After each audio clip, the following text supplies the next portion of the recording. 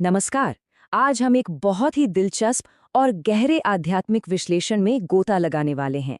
हम भगवद गीता के चौथे अध्याय पर आधारित एक ऐसे अनूठे भाष्य या कह लीजिए कमेंट्री को डिकोड करेंगे जो सच मानिए हमारी कई पारंपरिक मान्यताओं को पूरी तरह से चुनौती देता है।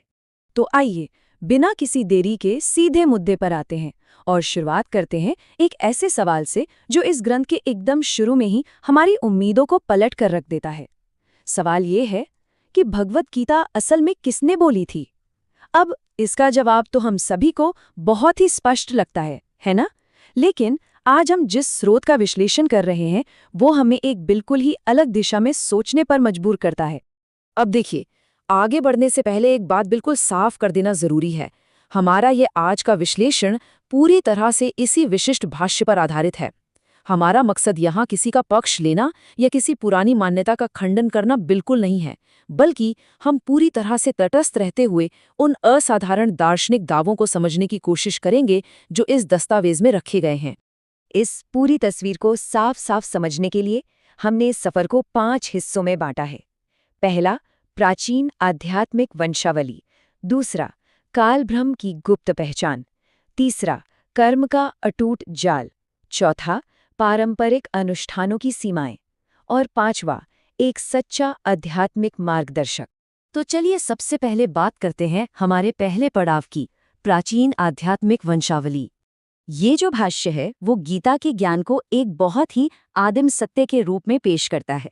एक ऐसा ज्ञान जिसकी बहुत पुरानी श्रृंखला रही है, लेकिन समय के साथ इंसान इसे भूल गया था। आइए देखते हैं कि ये ज्ञान कैसे एक पीढ़ी से दूसरी पीढ़ी तक पहुंचा। स्रोत के मुताबिक ये ज्ञान सबसे पहले सूर्य देव को दिया गया था।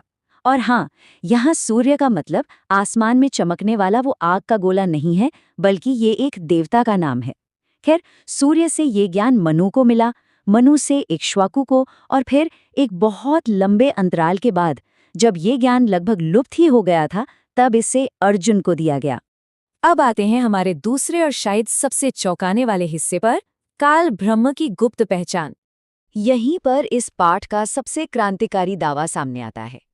आमतौर पर हम सब यही मानते आए हैं कि भगवान कृष्ण ही वो शाश्वत और सर्वोच्च सत्ता हैं जिन्होंने गीता का ज्ञान दिया था। लेकिन ये भाष्य एक बिल्कुल अलग ही दावा करता है। इसके अनुसार गीता का ज्ञान कौल ब्रह्म नाम की एक सत्ता ने दिया था जो 21 ब्रह्मांडों का स्वामी है।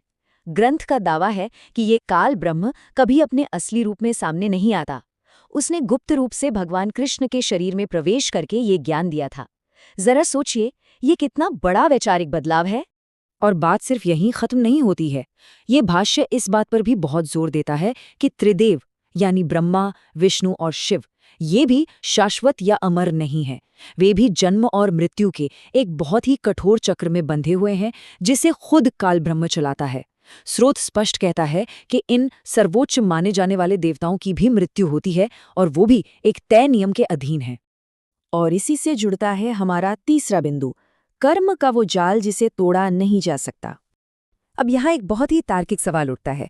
अगर सर्वोच्च देवता भी जन्म मरण और कर्म के नियमों से बंधे हैं तो भाई एक आम इंसान इससे कैसे बच सकता है? इसे समझाने के लिए स्रोत में एक बहुत ही शानदार लघु कथा का जिक्र है। देखिए, भगवान विष्णु के अवतार श्री राम ने बाली का वध किया था। अब कर्म के इसी बंधन के चलते वही बाली अगले जन्म में एक शिकारी बना और फिर उसी शिकारी ने द्वापर युग में भगवान कृष्ण के पैर में तीर मारा, जो खुद विष्णु के ही अवतार थे। ये पूरी कहानी बड़ी ही खूबसूरती से ये साबित करती है कि कर्म के फल से कोई नहीं बच सकता, देवता भी नहीं। कर्म के इस कठोर नियम को साबित करने के लिए ग्रंथ एक और बहुत ही खौफनाक उदाहरण देता है। 56 मिलियन यानी 5.5 करोड़। एक ऋषि के श्राप के कारण भगवान कृष्ण के सामने ही उनका पूरा परिवार और करोड़ों यादव नष्ट हो गए थे। ये संख्या यहाँ सिर्फ ये बताने के लिए रखी गई है कि इस ब्रह्मांड में कोई भी ऐसा नहीं है जो कर्म के दंड से अछूता हो। अब बढ़ते हैं चौथे हिस्से की तरफ, पारंपरिक अनुष्ठानों की सीमाएं। अगर कर्म का ये जाल इतना ही मजबूत है तो फिर हम जो रोजमर्रा के पारंपरिक अनुष्ठान करते हैं उनका क्या फायदा? स्रोत के अनुसार परम मुक्ति के लिए ये पारंपरिक तरीके काफी नहीं हैं। चाहे वो हठ योग हो, उपवास रखना हो, दान पुण्य हो, देवताओं की पूजा हो या सिर्फ शास्त्रों को पढ़ना हो। ग्रंथ तर्क देता है कि ये सब चीजें आपको कुछ समय के लिए स्वर्ग जैसा कोई अस्थायी सुख तो दे सकती हैं, लेकिन ये आपके संचित पापों को हमेशा के लिए खत्म नहीं कर सकती। और देखिए, बिना सही ज्ञान के किए गए पुण्य के काम कैसे उल्टे पड़ सकते हैं, इसका स्रोत में एक बहुत ही सटीक और सोचने पर मजबूर करने वाला उदाहरण दिया गया है।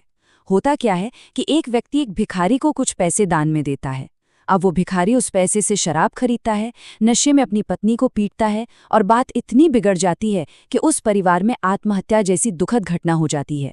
स्रोत का तर्क है कि उस दानदाता को दान का पुण्य मिलने के बजाय इस पूरी त्रासदी के पाप का हिस्सेदार बनना पड़ा। ये वाकई हमें सोचने पर मजबूर करता है कि बिना पूरी आध्यात्मिक जागरूकता की किए गए कर्म कितने खतरनाक हो सकते हैं। तो भाई, अब हम आते हैं अपने 5वें और आखिरी पड़ाव पर, एक सच्चा आध्यात्मिक मार्गदर्शक।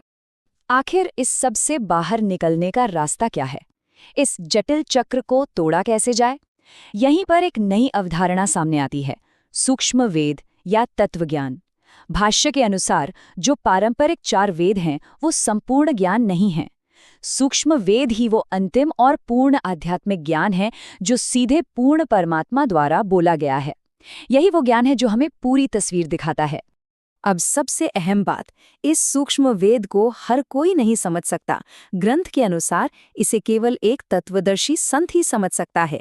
ये एक ऐसा अद्वितीय मार्गदर्शक है जो जन्म और मृत्यु के इस चक्र से बाहर निकलने का सही और प्रामाणिक तरीका सिखा सकता है। इस भाष्य में इसे ही एकमात्र सही रास्ता बताया गया है। और वो तरीका है क्या? भाष्य स्पष्ट करता है कि सच्ची मुक्ति के लिए एक पूर्ण संत से कुछ विशेष गुप्त मंत्र प्राप्त करने होते हैं, जिन्हें सतनाम और सारनाम कहा गया है।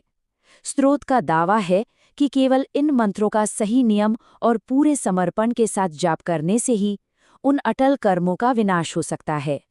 अब यहाँ इस बात को समझाने के लिए एक बहुत ही खूबसूरत और शक्तिशाली रूपक का इस्तेमाल किया गया है। जैसे पुरानी सूखी घास के ढेर पर आग की बस एक चिंगारी गिरती है, ठीक वैसे ही ये सच्चा नाम जन्मों जन्मों के संचित पापों को जलाकर पल भर में राख कर देता है। ये इमेजरी एकदम स्पष्ट कर देती है कि कैसे सही ज्ञान और सही मंत्र की शक्ति कर्मों के उस भारी बोझ को हमेशा के लिए खत्म कर सकती है। तो इस पूरे विश्लेषण के बाद एक बहुत ही गहरा वैचारिक सवाल हमारे सामने आकर खड़ा हो जाता है। जरा सोचिए, यदि अंतिम मुक्ति की कुंजी हमारी पारंपरिक मान्यताओं और उन ग्रंथों के दायरे से कहीं बाहर छिपी है, तो एक सच्ची साधक की वास्तविक यात्रा आखिर शुरू कहाँ से होती है? ये एक ऐसा विचार है जो आध्यात्मिक दर्शन के हर नियम को चुनौती देता है और यकीनन हमें इस विषय पर और भी गहराई से विचार करने के लिए प्रेरित करता है। आज के इस विश्लेषण में बस इतना ही।